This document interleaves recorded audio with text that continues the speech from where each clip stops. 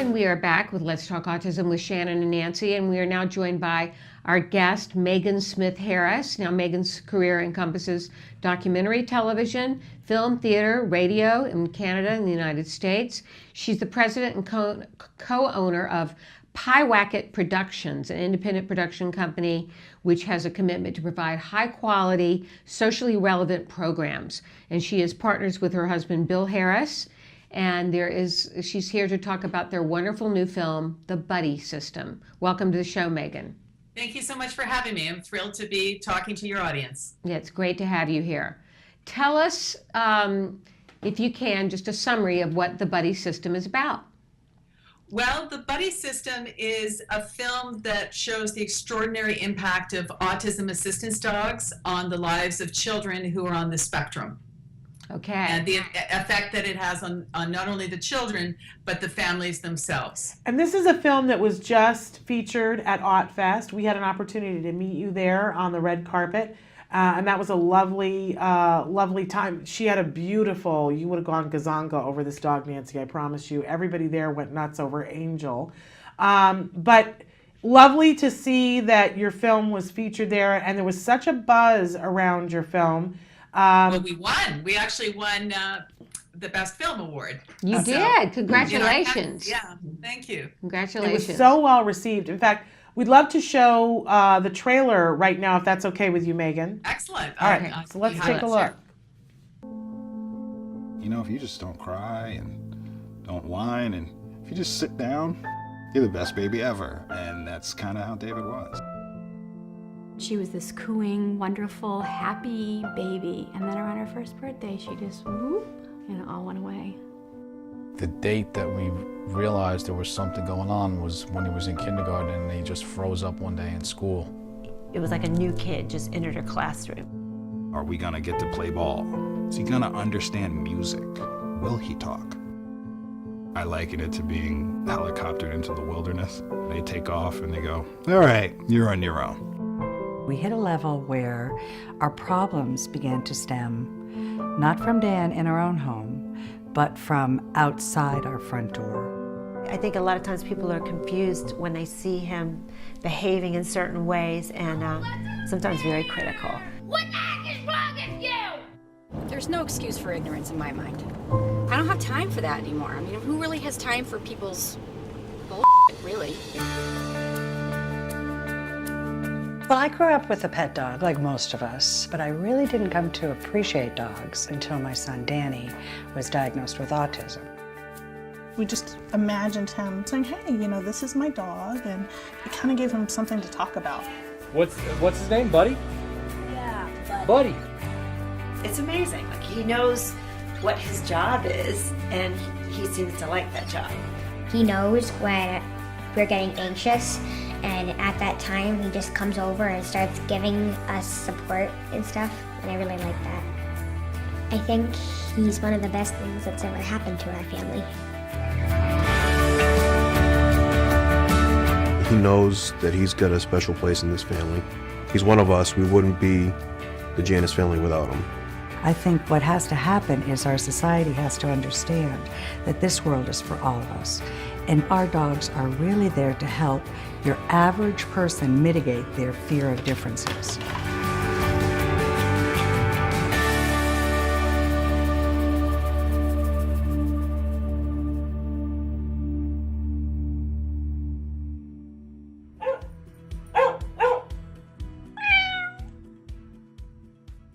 First of all, how adorable are all those dogs? Oh, you just want to have one. I know. Oh, and it just hurts you. Clearly, Megan, this is a film that explores the relationship between assistance dogs and kids on the autism spectrum, correct? Correct. And what I think we surmise from the film is that it has an overwhelmingly positive benefit, and we can talk about that in a minute. But let me ask you, how did the idea for this film originate? Well, it's actually kind of a funny story. My last film was called Trial by Fire, Lives Reforged, and it was an independent feature documentary about burn survivors. And it was a pretty heavy subject. It was a very powerful film. The people in it were extremely brave. But it was a challenging film for audiences to watch. Once they saw it, they loved it, but the subject matter kind of scared them. So my husband, who's also I said executive husband and executive producer, he took me aside and he said, you know, honey, I love your heart. I love that you want to make these films that make a difference, but could you please do something more accessible? Something with kids and puppies would be great. And then I thought, you know, I remember reading about this woman. I live in Connecticut, right here in Connecticut, who had really pioneered the use of autism assistance dogs, and had one of the first placements of assistance dog placements for her son Dan over 20 years ago. So I cold called her, and she, you know, there was this long pause. You know, I'm very excited and passionate, and I did this whole thing about, you know, I really want to do this, and I think it'd be blah, blah, blah. And then there's this long pause, and I'm like, oh no, she thinks I'm a stalker or I'm a crazy person. And Patty has this wonderful mellifluous voice, and she said, I've been waiting for years for someone to make a film about our work. And we drove up there that weekend, and that was over 3 years ago. And so in the film, you follow 3 families, is it, Megan?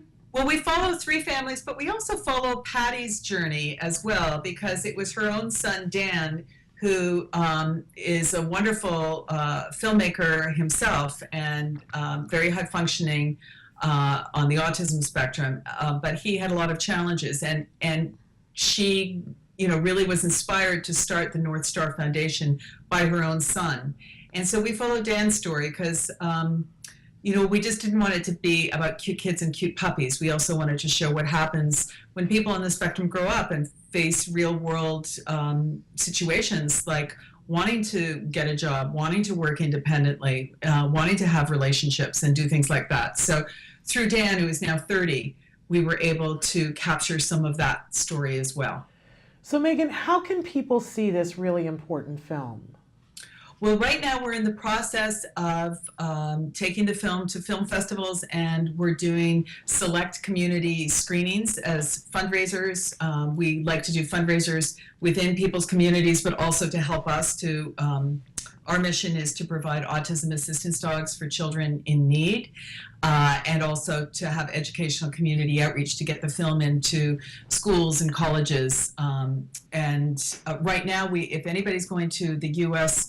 Autism and Asperger Association Conference in Portland at the end of August, we will be the closing film there. Temple Grandin's opening the conference, and we are closing it. So it will be there.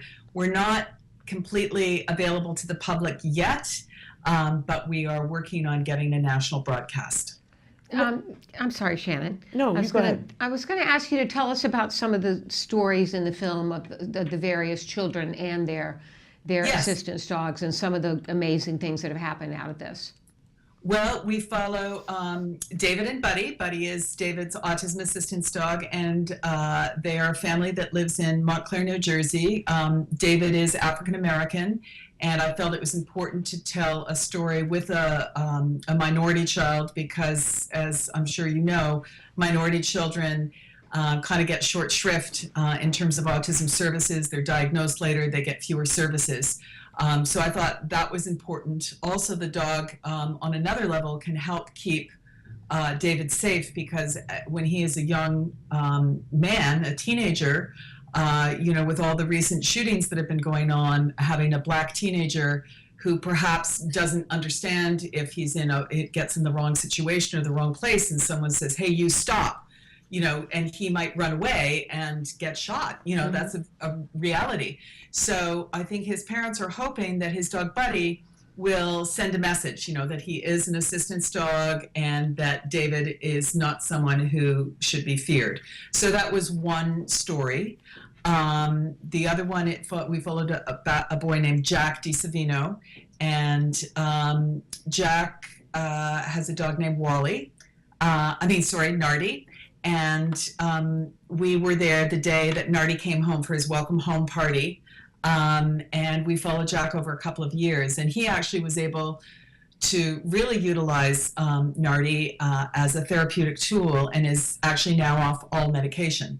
And this is not to suggest that everyone should get a dog and go off their medication. But in this particular case, for this individual child, having the dog, and that's what's so important about this film, having the dog as the therapeutic tool really helped him sleep better through the night, helped him improve his pragmatic speech skills and writing skills, and gave him so much confidence that he started to excel more at school.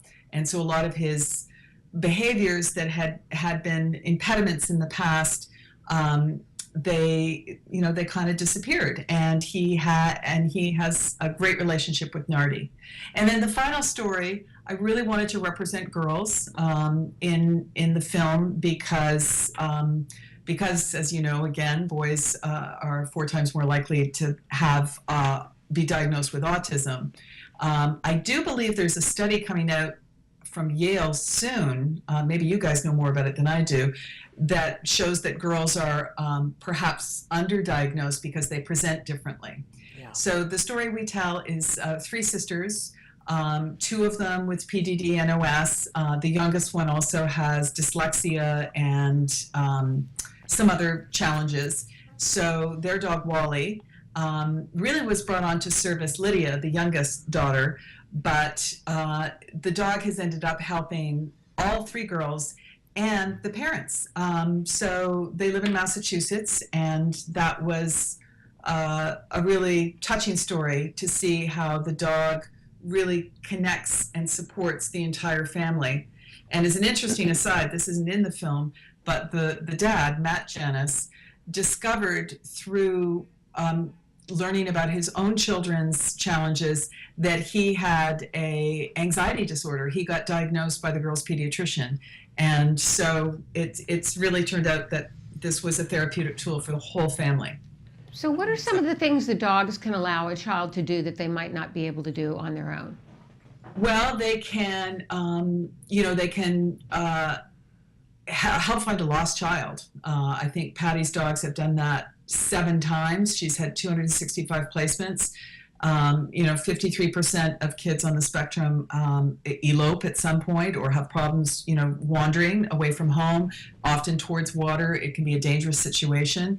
And these dogs have helped find their children, their boy or girl, and either stayed with them and barked until someone came or helped led them back to safety.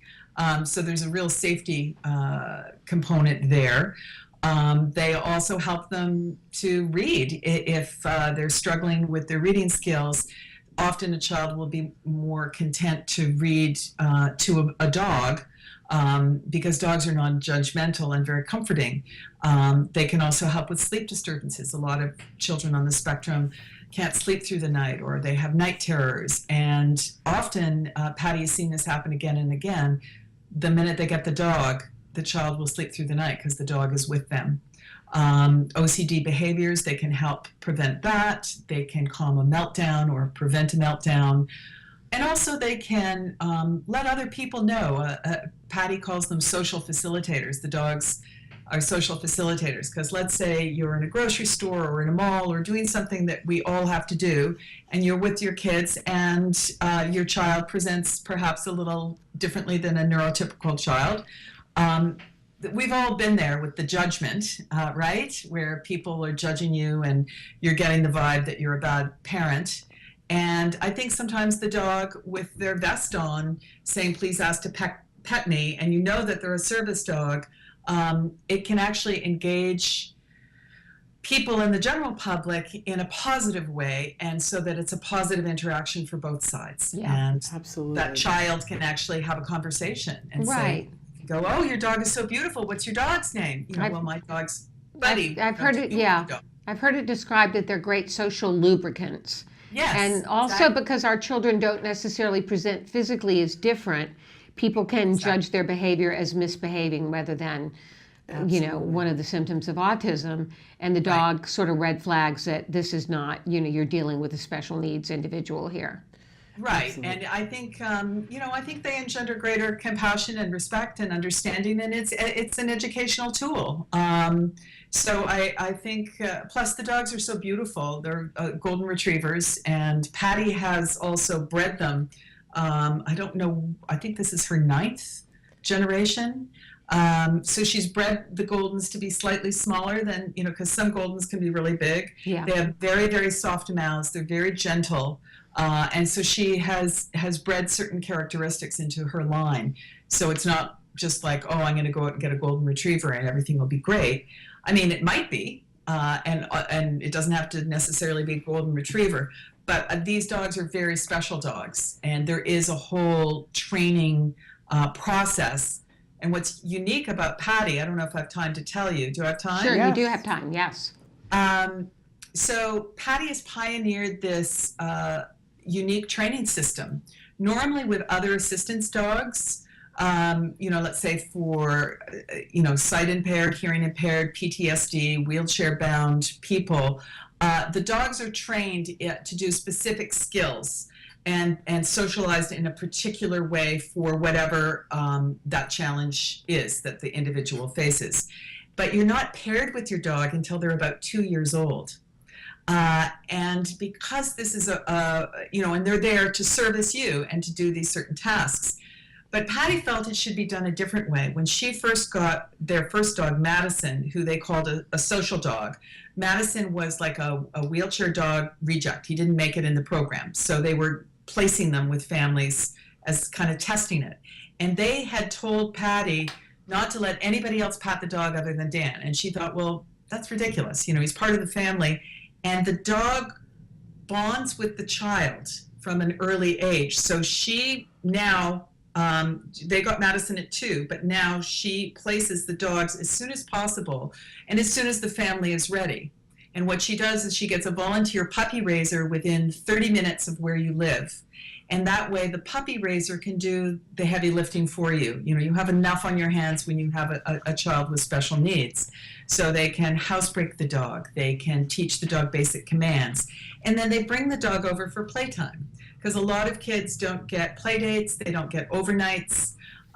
They can even create a book about the child and the dog. And so it's always a positive interaction. And there's no set time when the dog moves in with the family. Patty always says when the child pleads and says, please let the dog stay, that's when she knows it's time to transition. So that could be 6 months, it could be 9 months, it could be 12 months. But the child always feeds the dog. That's very important.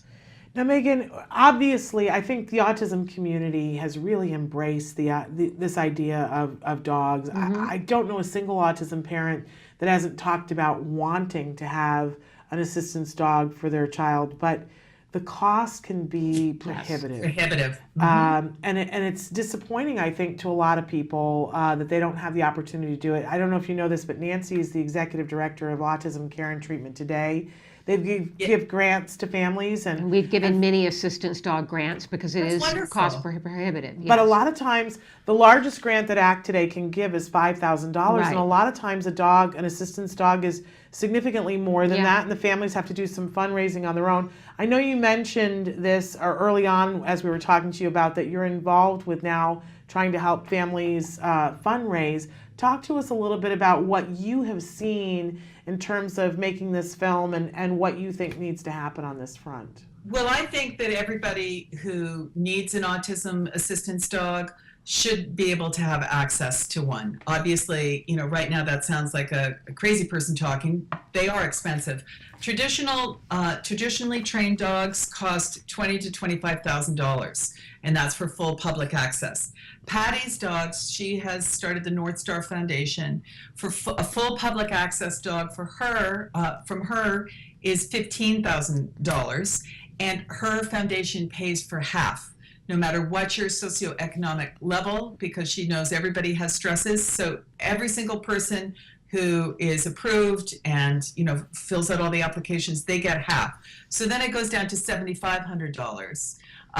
And then they help with fundraising tools in the community, and they help people find a way. And what our goal is, and we've just started doing this because we've just finished the film, is as we do screenings and community events, to raise money to put into a pot. We haven't been able to place a dog yet, but we are hoping to be able to contribute to that. And and hope to sponsor a child and perhaps tell that story online about that placement. And hopefully, you know, if this catches on, we could help place quite a few.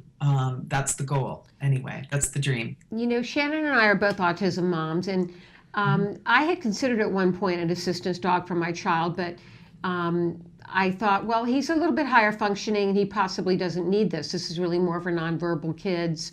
That's not always the case, right? Even high functioning kids with autism can benefit. No, in fact, it's not one of Patty's dogs, but there is, I can't remember the boy's name, the young man who is a Rhodes Scholar. Yes.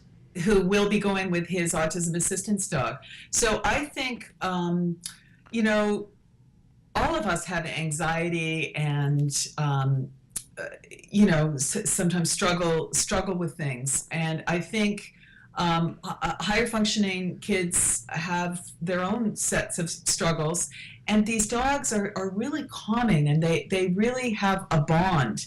And there is something, well, some of the dogs are also trained in a puppy raised in a school in Pennsylvania. That's where Buddy was also trained. And the children in the grade 1 class say they smell when you're happy, they smell when you're sad. And these dogs can help kids excel. So whereas they may have, you know, anxiety or depression or OCD behaviors, the dogs can really, really help them succeed. And it seems crazy that it's such a simple thing, but there's a special bond and relationship. Of course, you have to like animals. That's the prerequisite. Right. But I think they're good for really anybody. I would love one myself. Right? Yeah, absolutely. Well, I think I'm with you. I think we're both with you, Megan, that every child who needs and wants one should be able to have access regardless of what their means are, how much money is in their parents' bank account.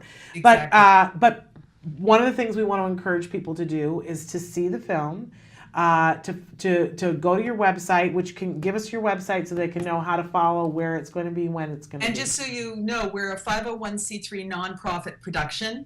So any money that is donated to the Buddy system I do not get checks. They do not come to me. They go to our fiscal sponsor. Everything flows through them, and we have a very specific budget there. So everything goes through them. So the website is buddysystemfilm.org. You can watch the trailer. Please share it on your social media, everybody, and pass it on. If you can send it on to 5 other autism moms or dads, and just really, it's been seen over 100,000 times, which is pretty remarkable for a grassroots effort. And you know, you like us on Facebook, and you can find out how the film is progressing, and we'll be putting special content up there, and you know, all that good stuff. All right, great. Well, it's a wonderful film, and it's a real feel-good movie, so we encourage you to watch it, and obviously very important for so many of our kids to have this benefit. So thank you for sharing with us, Megan, and best of luck at all the film festivals you'll be going to with film. And we'll make sure to let you know when it's going to be broadcast. Okay, sounds Wonderful. great. Thank you so much for being with us. Thank you, ladies, so much. Thank really you. appreciate it. Bye-bye. Okay. Bye. Really an amazing woman. I Yeah. had an opportunity to meet her at AutFest, and she's a powerful, powerful lady with a powerful, powerful film, which is great.